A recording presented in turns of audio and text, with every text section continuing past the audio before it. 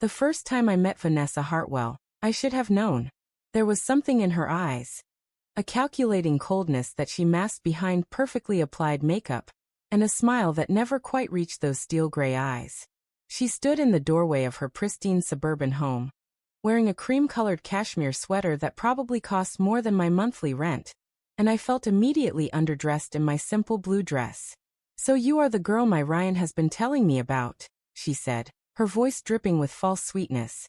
The way she emphasized, "You," made it sound like an accusation rather than a greeting.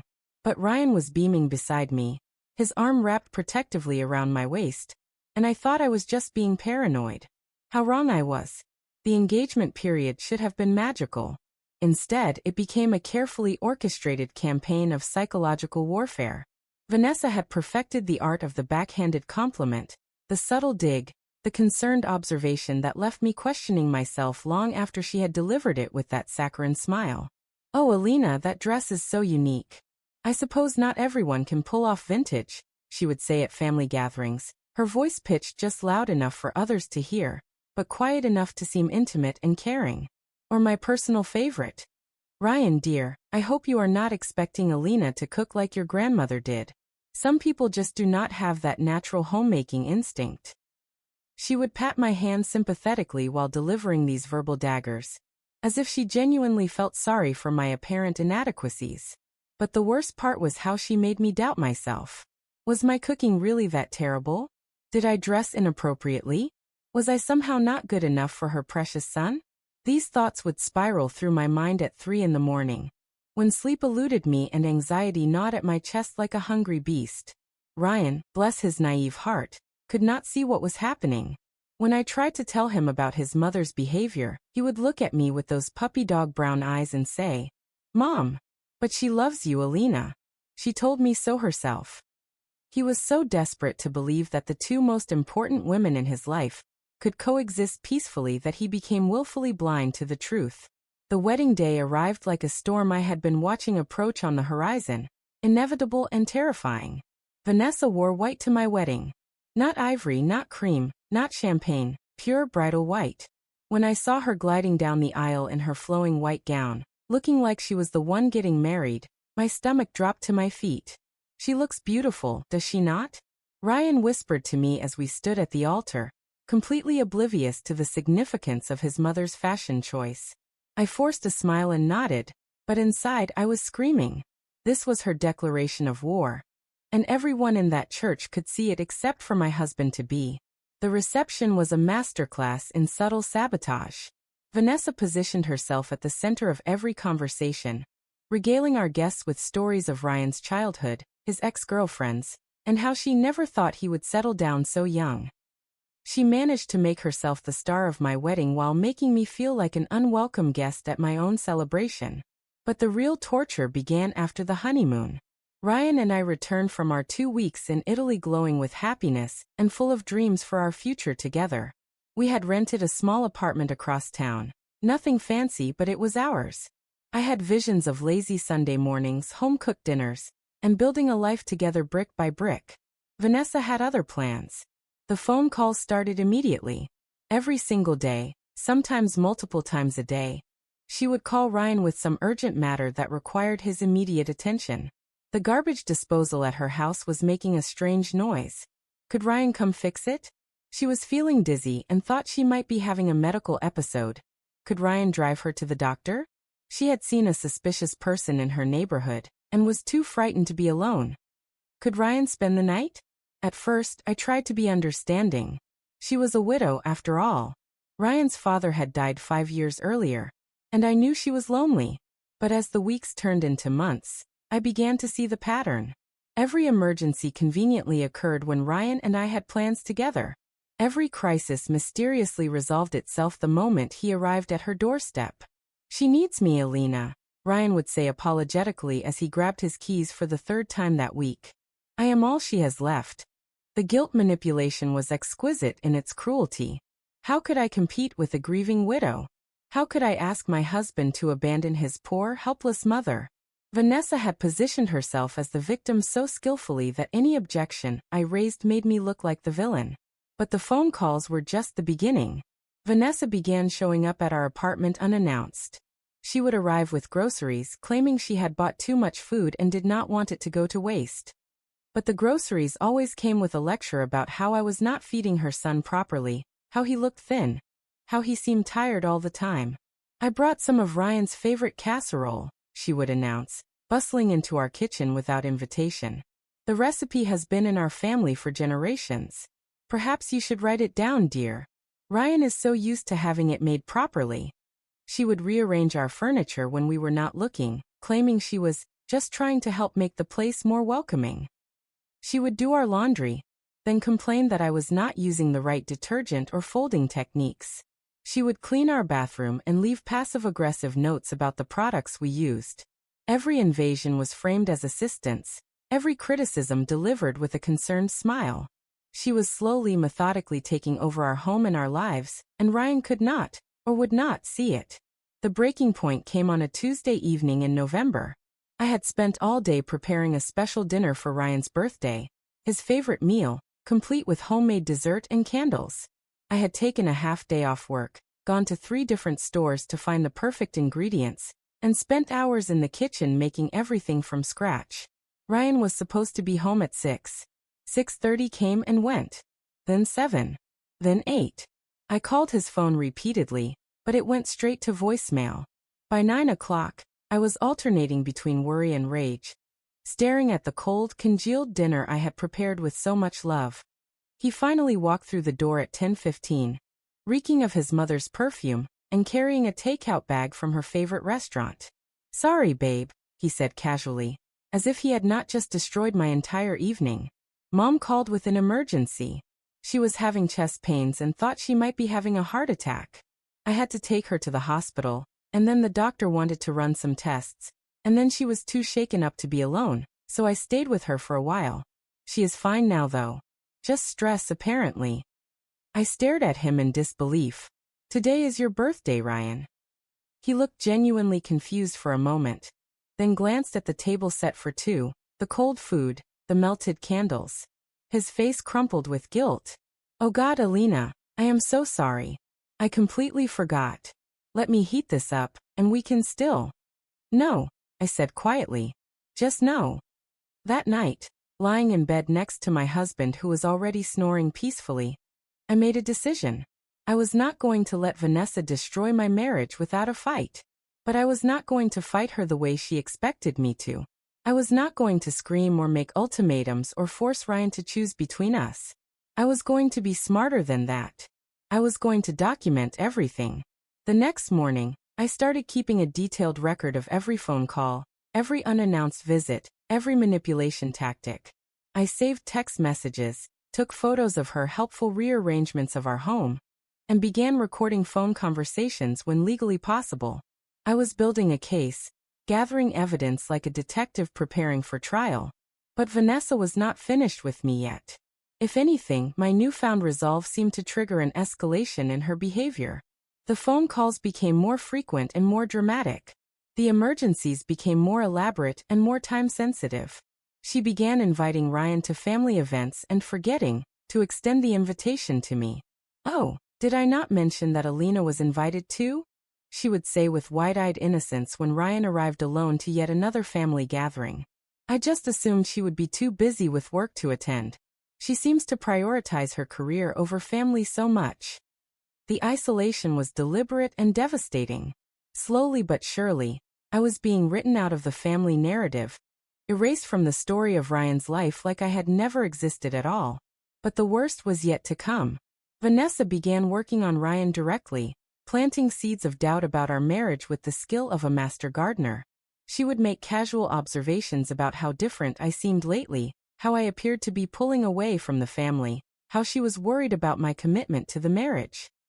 "I just want you to be happy, sweetheart," she would coo to him over family dinners that I was increasingly excluded from.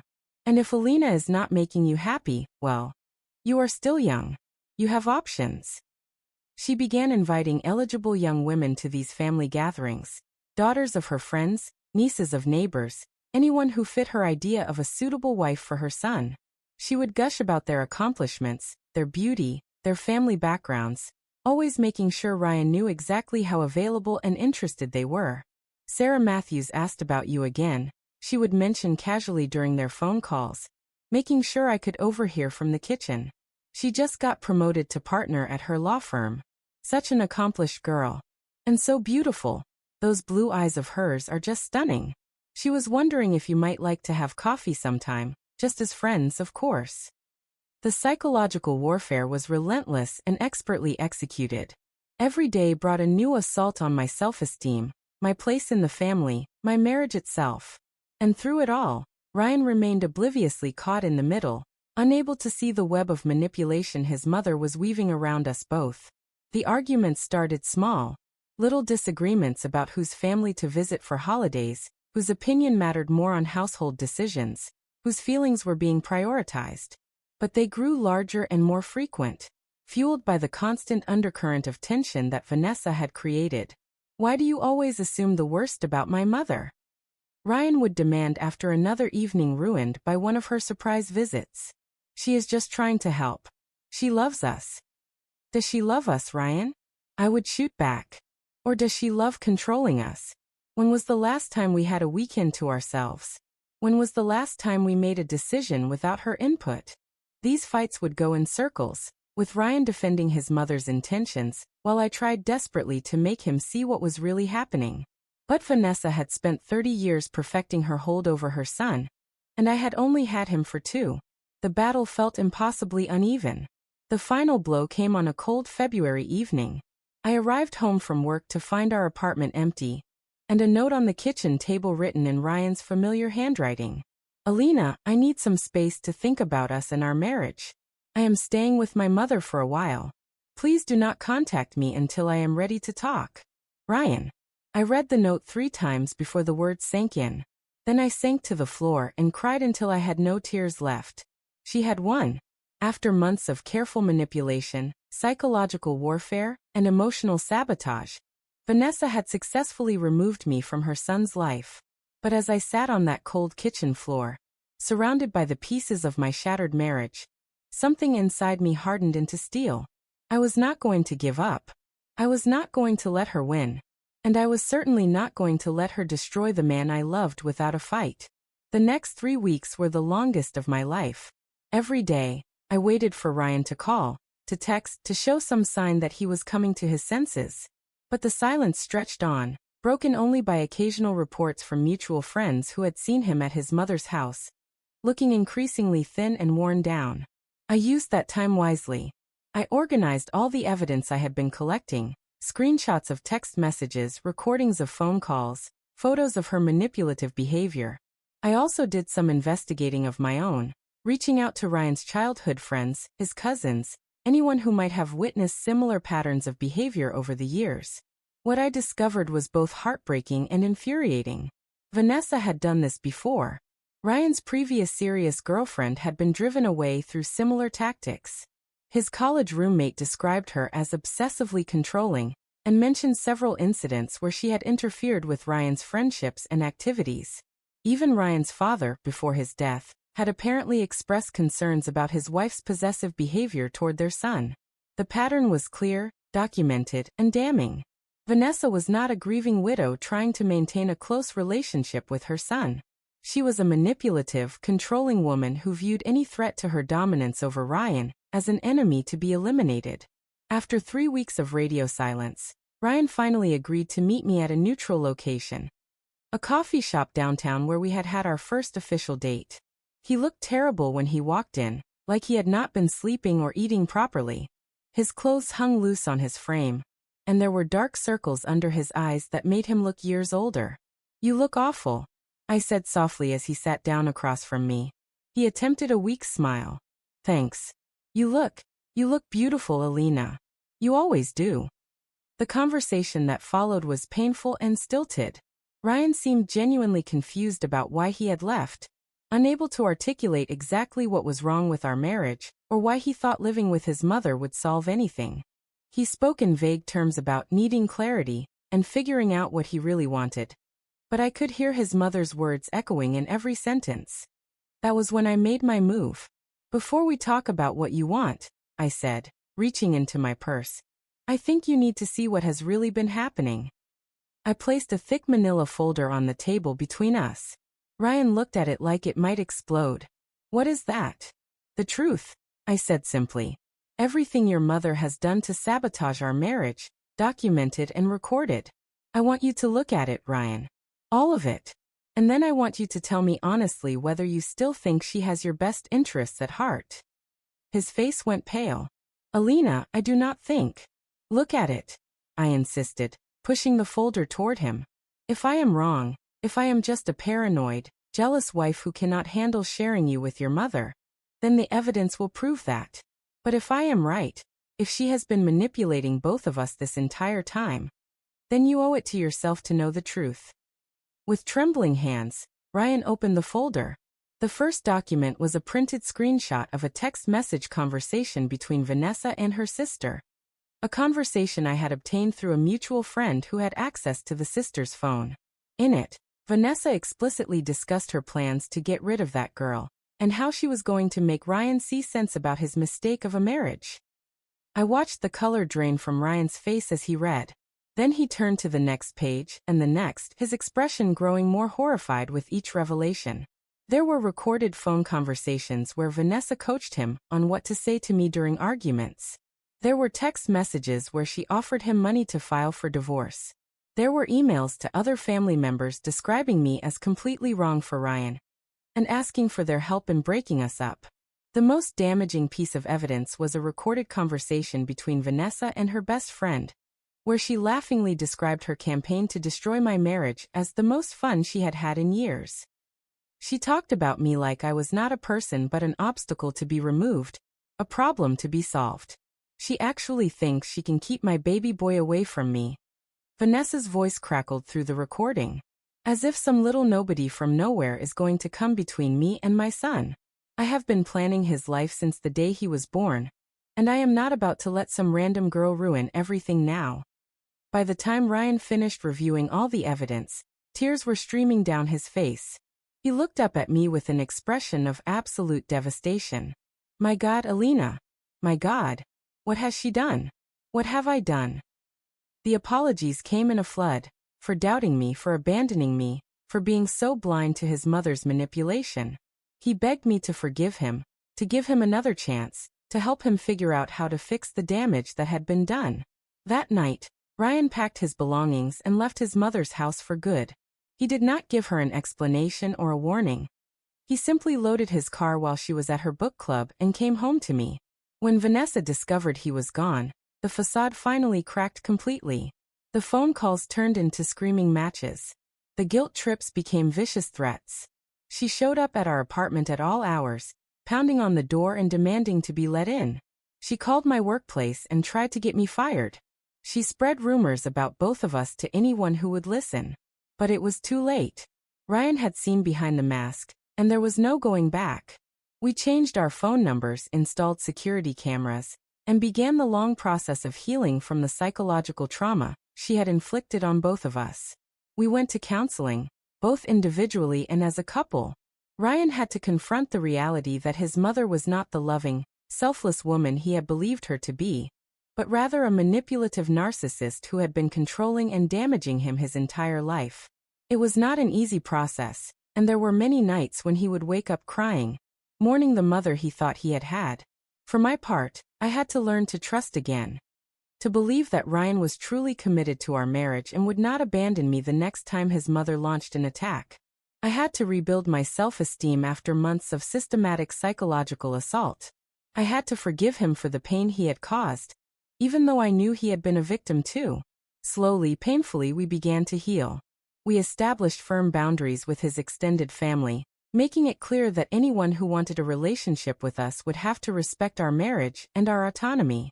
We built new traditions and created new memories that belonged only to us. We learned to communicate more openly and honestly, to recognize manipulation tactics, and to protect our relationship from outside interference. Vanessa was completely cut off. No phone calls, no visits, no birthday cards or holiday greetings. She was dead to us, and after everything she had done, it felt like the only way to protect ourselves and our marriage. For 2 years, we heard nothing from her. Mutual family members would occasionally mention that she was doing fine or keeping busy, but we did not ask for details and they did not volunteer them. As far as we were concerned, she no longer existed. Then karma came calling. It started with a phone call from Ryan's cousin, Jessica, who had remained neutral during our family drama, but had always been sympathetic to our situation. Her voice was shaking with shock as she delivered the news. "Ryan, I thought you should know. Your mother's husband left her. Uncle David. He has been having an affair. He cleaned out their bank accounts and moved in with his girlfriend.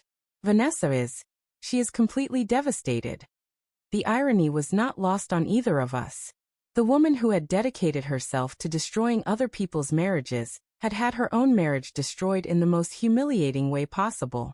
David, Ryan's stepfather who had married Vanessa 5 years after Ryan's biological father died, had apparently been conducting a secret relationship with a woman barely older than Ryan himself. According to Jessica, David had been planning his exit for months. He had systematically moved money out of their joint accounts, transferred assets into his own name, and built an entire secret life with his young girlfriend. When he finally made his move, he left Vanessa with nothing but the house, which was mortgaged to the hilt, and a mountain of debt. The woman who had once gloated about breaking up marriages was now experiencing firsthand the agony of betrayal, abandonment, and financial ruin. The woman who had manipulated and controlled everyone around her was now completely alone, with no allies and no resources. But the universe was not finished with Vanessa yet. Within weeks of David's departure, the truth about her behavior toward me began to spread through the extended family and social circle. The recordings I had made, the evidence I had gathered, it all began to surface through various channels. Family members who had been neutral, or even supportive of Vanessa during our conflict now saw the truth about her manipulative nature. Her book club friends began to distance themselves when they learned about her systematic campaign to destroy my marriage. Her neighbors, who had always seen her as a refined, dignified widow, were horrified by the recordings of her laughing about her psychological warfare tactics. Even her church congregation began to treat her differently when word spread about her cruel and calculating behavior. The social isolation was swift and complete. The woman who had thrived on being the center of attention, who had built her identity around being viewed as a loving mother and pillar of the community, suddenly found herself a pariah. Invitations stopped coming. Phone calls went unreturned. Even the grocery store checkout clerks seemed to treat her with cold politeness. For 6 months, we heard nothing directly from her. But the reports that filtered back through the family grapevine painted a picture of a woman in complete free fall. She had been forced to sell most of her furniture to pay bills. She was driving a 15-year-old car because David had taken the newer one. She had started working part-time at a department store, the first job she had held in over 20 years. The woman who had once criticized my cooking was now living on frozen dinners and ramen noodles. The woman who had mocked my clothes was now shopping at thrift stores. The woman who had thought herself superior to me in every way was now discovering what it felt like to struggle, to be alone, to have no one to turn to in times of crisis. And then, on a rainy Thursday evening in October, she came to me.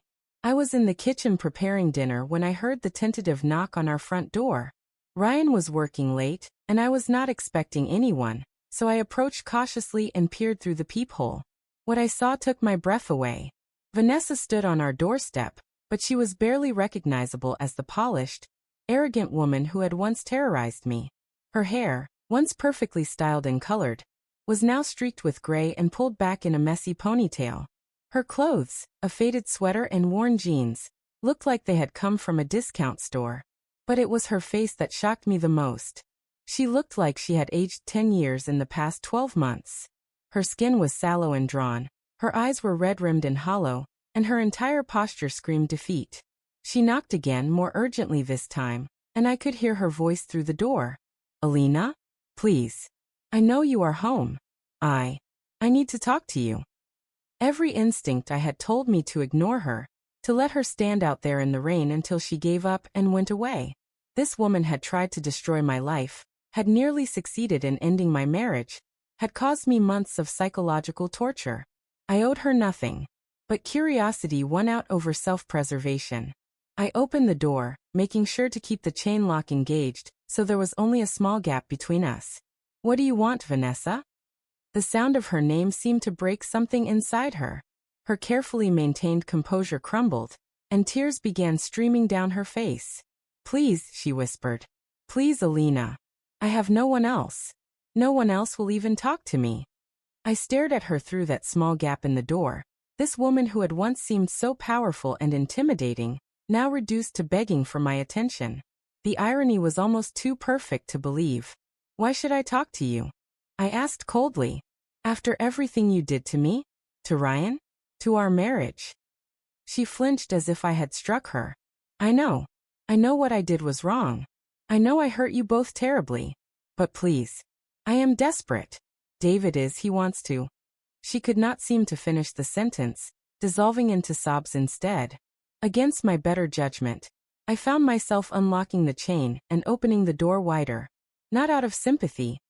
I was far from ready to forgive her, but out of a morbid fascination with seeing my former tormentor brought so low.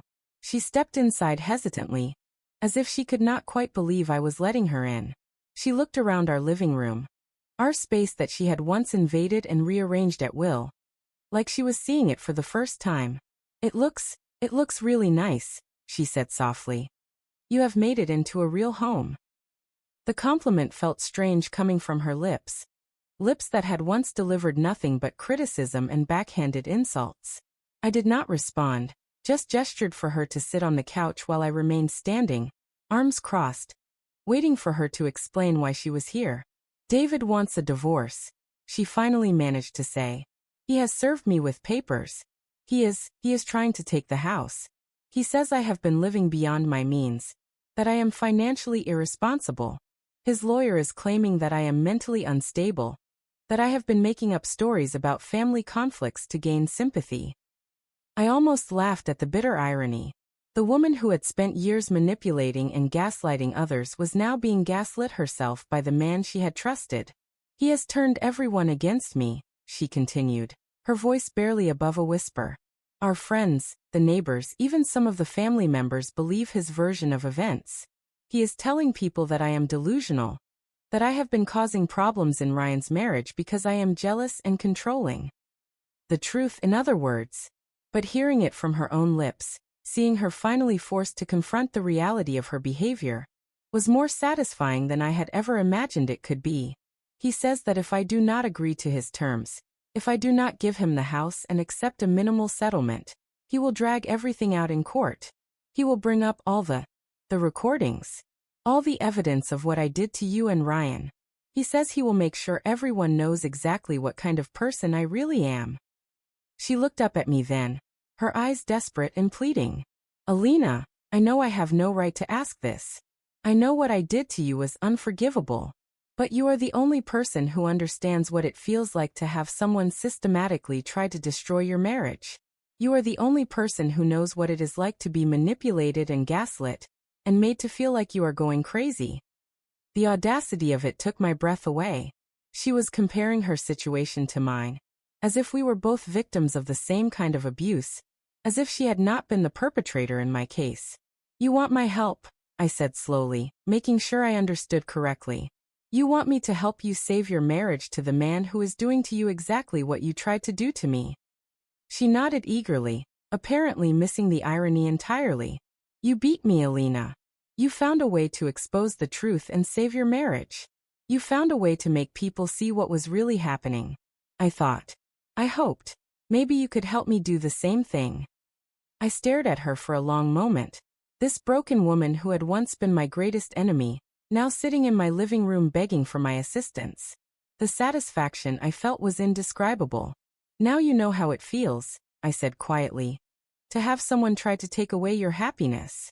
The words hit her like a physical blow. She gasped and doubled over as if I had punched her in the stomach. You are right, she whispered. You are absolutely right. This is exactly what I did to you. This is exactly how I made you feel. For the first time since I had known her, Vanessa seemed to truly understand the magnitude of what she had done, the reality of her actions, the pain she had caused, the cruelty of her behavior. It all seemed to crash down on her at once. I am so sorry, she sobbed. I am so sorry, Alina. I do not know what was wrong with me. I do not know why I thought I had the right to interfere in your marriage. I was jealous, I think. Jealous that Ryan loved you more than he loved me. Jealous that you were going to take him away from me. But that does not excuse what I did. Nothing excuses what I did. The apology was 24 months too late, but hearing it still meant something. Not because I was ready to forgive her. I was not sure I would ever be ready for that, but because it confirmed what I had always known. Her behavior had been deliberate, calculated, and cruel. Why should I help you? I asked. Give me one good reason why I should lift a finger to save the marriage of the woman who tried to destroy mine. She looked up at me with something that might have been hope flickering in her eyes. Because you are a better person than I am, she said simply. Because you have the chance to show mercy when I showed none. Because maybe helping me is the only way for both of us to truly move on from what happened. I considered her words carefully. There was truth in them, but there was also manipulation. Even now, even in her desperation, she was trying to work the angles, trying to find a way to get what she wanted. But as I looked at her sitting there, broken, humiliated, alone, I realized that helping her might not be about mercy at all. It might be about something much more satisfying. The opportunity to be magnanimous in victory, to demonstrate just how completely I had won our war. I will help you, I said finally, and watched hope bloom across her ravaged face. But not for free, and not without conditions. She nodded eagerly. Anything. I will do anything. First, you are going to write a letter to Ryan. A full apology for everything you did to him, to me, to our marriage.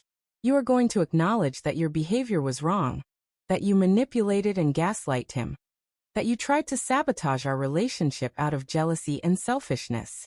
And you are going to ask for nothing in return, not forgiveness, not a relationship, nothing. I will, she said immediately. Of course I will.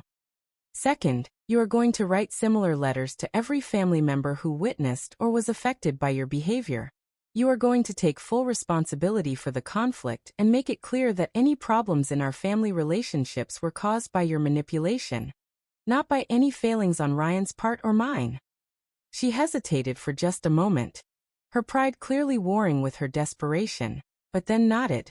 Yes, I will do that too. Third, I continued, you are going to pay for our marriage counseling. All of it. Every session we attended to repair the damage you caused. Consider it restitution for the psychological trauma you inflicted. The amount was substantial, several $1,000s, and I could see her mentally calculating whether she could afford it. But she nodded again. And fourth, I said, saving the most important condition for last. You are going to promise me that if Ryan and I ever decide to forgive you, if we ever decide to let you back into our lives in any capacity, you will never, and I mean never, attempt to manipulate or control either of us again. The first sign of your old behavior, the first hint that you are trying to interfere in our marriage or our decisions, and you will be cut off permanently. No second chances, no explanations, no excuses. I promise, she whispered. I swear to you, Alina, I will never do anything like that again. I have learned my lesson. This experience has taught me what it feels like to be on the receiving end of manipulation and betrayal. I never want to make anyone else feel the way I feel right now. I studied her face, looking for any sign of deception or the old calculating gleam that had once terrified me.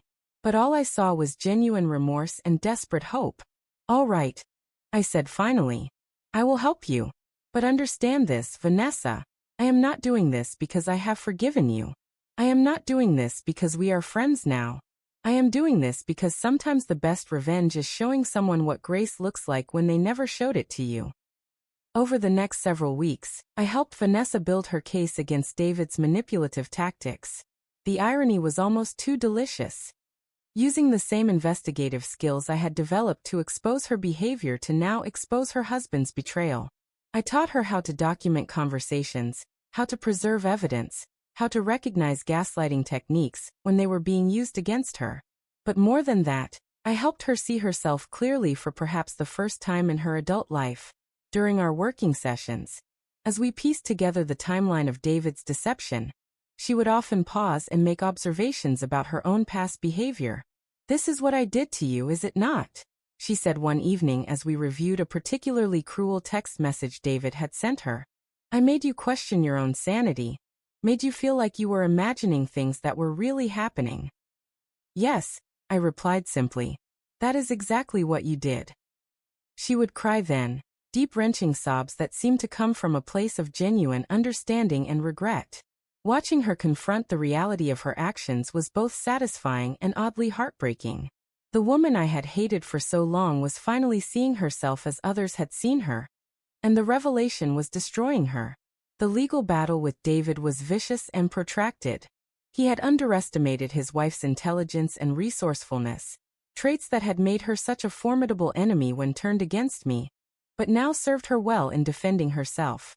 With my help, she was able to gather evidence of his financial deception, his systematic psychological abuse, and his attempts to isolate her from family and friends. The recordings were particularly damaging.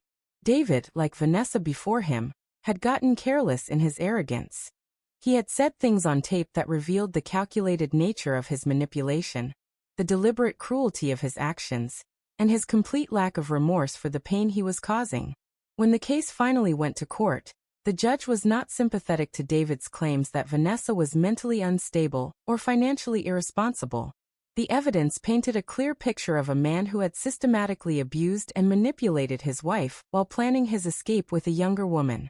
The settlement Vanessa received was far more generous than what David had originally offered, allowing her to keep the house and a substantial portion of their shared assets. But the real victory was not financial. It was the restoration of her reputation and relationships. As the truth about David's behavior came to light, the community that had turned against Vanessa began to see her as a victim rather than a villain. The sympathy and support that had been withdrawn were gradually restored. Throughout this process, Ryan and I watched from a careful distance.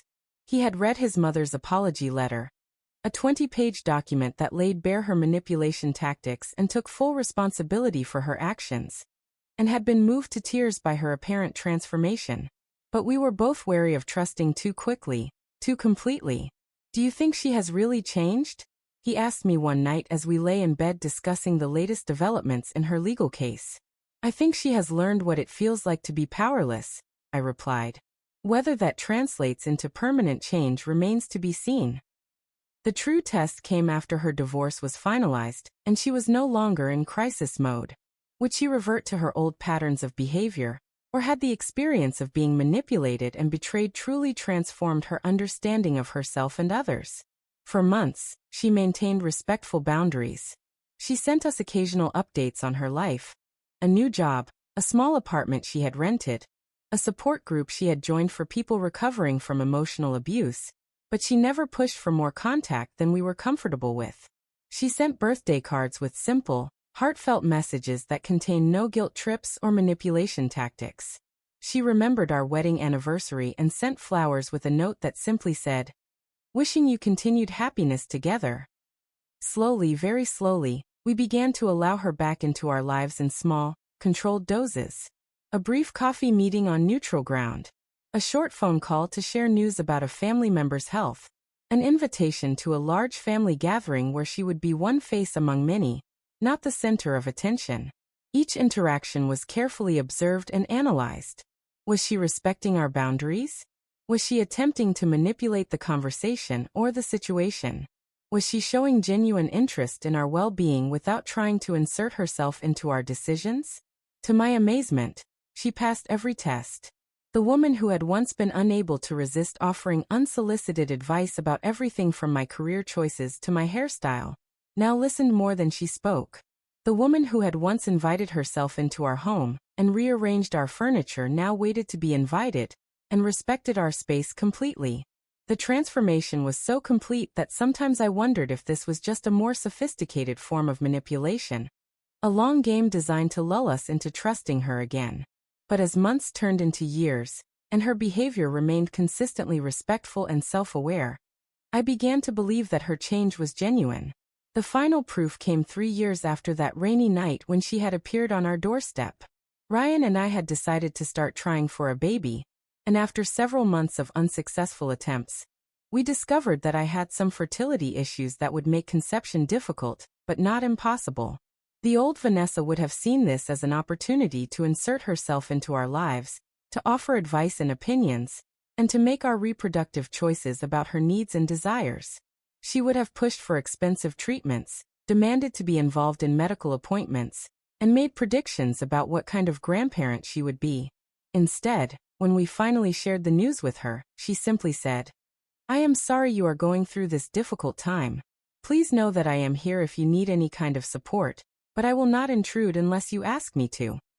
That was it. No pressure, no manipulation, no attempts to make our struggle about her feelings or her needs. Just a simple offer of support with clear boundaries attached. When we did eventually conceive, after 2 years of treatments and heartbreak, and when our daughter Emma was born healthy and perfect, Vanessa's joy was genuine but appropriately restrained. She waited to be invited to meet her granddaughter. She brought a single, thoughtful gift rather than overwhelming us with toys and clothes we had not asked for. She held Emma when offered but did not demand extended access or overnight visits. Most importantly, she never once suggested that she knew better than we did how to care for our child. The woman who had once criticized my every action now watched me navigate new motherhood with nothing but encouragement and respect. "You are doing such a wonderful job," she told me one afternoon as she watched me struggle to get Emma to nap. "She is lucky to have you as her mother." The compliment was so genuine, so free of the backhanded criticism that had once characterized all her interactions with me, that I almost cried. This was what a healthy relationship with an in-law could look like. Supportive without being controlling, loving without being possessive. But perhaps the most telling moment came when Emma was 6 months old, and we were all at a family gathering. One of Ryan's cousins made a joke about how demanding babies could be and how some people were not cut out for the challenges of parenthood. A comment clearly directed at me and my visible exhaustion. The old Vanessa would have either joined in the criticism or used it as an opening to offer her own helpful observations about my parenting skills. Instead, she immediately came to my defense. "Alina is an incredible mother," she said firmly. "Emma is thriving, and anyone can see how much love and care she receives. New parenthood is exhausting for everyone. It has nothing to do with being cut out for it, and everything to do with the natural challenges of caring for an infant." The cousin looked surprised by Vanessa's defense of me, but she did not back down. "I think new mothers today just expect everything to be easy. In my day, we did not complain so much about being tired." "In your day," Vanessa replied coolly, "women also did not have the same career demands and expectations that Alina has. She is managing motherhood, a full-time job, and all the other responsibilities of adult life. Instead of criticizing her, perhaps we should be offering our support and admiration." I was stunned. Vanessa, the woman who had once torn me down at every opportunity, was now publicly defending me against family criticism. The woman who had once made me feel inadequate and unwelcome was now making sure I felt supported and valued. That night, as we drove home from the gathering, Ryan reached over and squeezed my hand. "Did you see that?" he asked. "Did you see how she stood up for you?" "I saw," I replied, still processing what had happened. "I think she really has changed, Alina. I think what happened with David, experiencing that kind of manipulation herself, it really did transform her understanding of how her behavior affected other people." I nodded slowly. "I think you might be right. It had taken years, but Vanessa had truly become a different person. The crisis that had brought her to my doorstep had been the catalyst for genuine self-reflection and growth. She had learned not just what it felt like to be manipulated, but why manipulation was wrong, why controlling behavior was destructive, and how to build healthy relationships based on respect rather than dominance.